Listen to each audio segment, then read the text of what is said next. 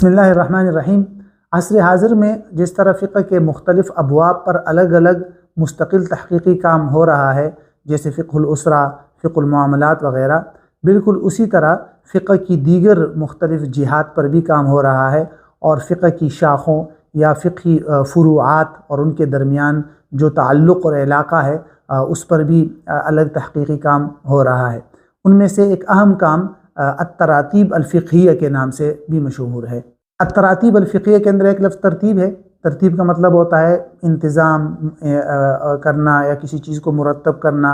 اور ہر چیز کو اس کے مناسب مقام اور جگہ پہ رکھنا۔ تو التراتیب الفقہیہ کا مفہوم یوں ہے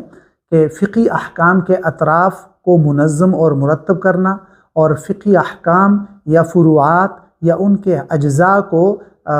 اس طرح ترتیب کے ساتھ رکھنا کہ ہر جز اور ہر طرف ایک اپنے مناسب مقام پر آ جائے، اور جو اس کا اصل مقام ہے یا جو اس کی اصل جگہ ہے وہیں پر وہ آ جائے، اور اس سے آگے یا پیچھے وہ حکم یا وہ جز نہ رکھا جائے۔ تو یہ التراتیب الفقہیہ کی تعریف کی جاتی ہے۔ اس پر آپ کو فقہ کے اکثر ابواب کے اندر اس کی آپ کو مثالیں ملیں گی، اور اس پر عبادات کے اندر جو ترتیب ہے اس پر ایک PhD کا مقالہ بھی لکھا جا چکا ہے، الترتیب فی العبادات فی الفقہ الاسلامی کے نام سے۔ مثال کے طور پر ایک مثال آپ لے لیجئے کہ جیسے قسم کا کفارہ ہے، تو آیت کے اندر اگر آپ غور کریں گے تو وہاں سب سے پہلے 10 مساکین یعنی 10 مساکین کو کھانا کھلانے کی بات ہے، یا پھر اس کے بعد او کا لفظ آیا ہے کہ یا ان کو کپڑے دینے کی بات ہے، پھر یا کے ساتھ آیا ہے کہ یا غلام آزاد کرنا، اور پھر اس کے بعد آیا ہے کہ اگر ان چیزوں کی استطاعت نہ ہو تو تب 3 روزے رکھے جائیں۔ اب اس ترتیب پہ آپ غور کریں گے تو پہلے 3 چیزوں کے اندر لفظ او استعمال ہوا ہے یا، تو مطلب یہ ہے کہ وہ آپشنل اور اختیاری ہے، لیکن جو آخری چیز ہے یعنی کہ روزے رکھنا وہ تب ہے، مشروط ہے وہ،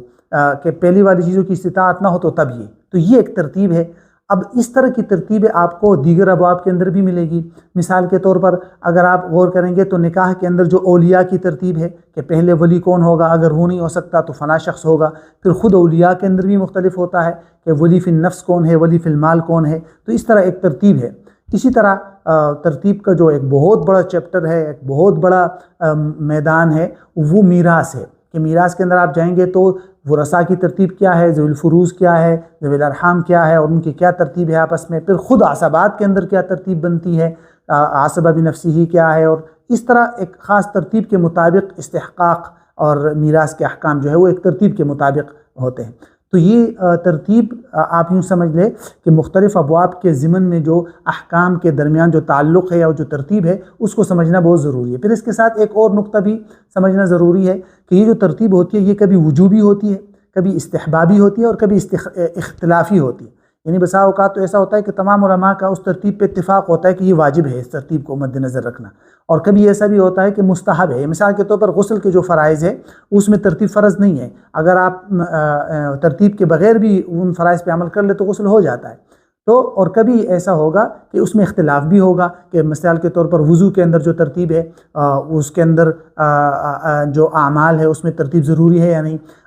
حج کے موقع پر مختلف اعمال ہوتے ہیں، کیا ان میں ترتیب جو ہے وہ ضروری ہے یا نہیں، تو اختلافی بھی ہو سکتی ہے۔ پھر اس ترتیب کے پیچھے یعنی اس ترتیب کو ضروری قرار دینے کے لیے جو اصل ہے وہ کیا ہے، کیا وہ نص ہے، قرآن کی نص بھی ہو سکتی ہے، کبھی فقہا کا اجتہاد ہوگا، تو جب اجتہاد ہوگا تو وہاں پھر اختلاف ہو سکتا ہے ترتیب کے اندر۔ تو یہ ایک مختلف سا خاکہ ہے علم التراتیب الفقہیہ کا، اس پر آپ مزید غور و خوض کر کے اس موضوع کی مزید گہرائی میں جا سکتے ہیں، اور عبادات پر اگر اس کا PhD کا مقالہ ہو چکا ہے تو اس کے علاوہ دیگر ابواب پر آپ جو ہے وہ کام بھی کر سکتے ہیں۔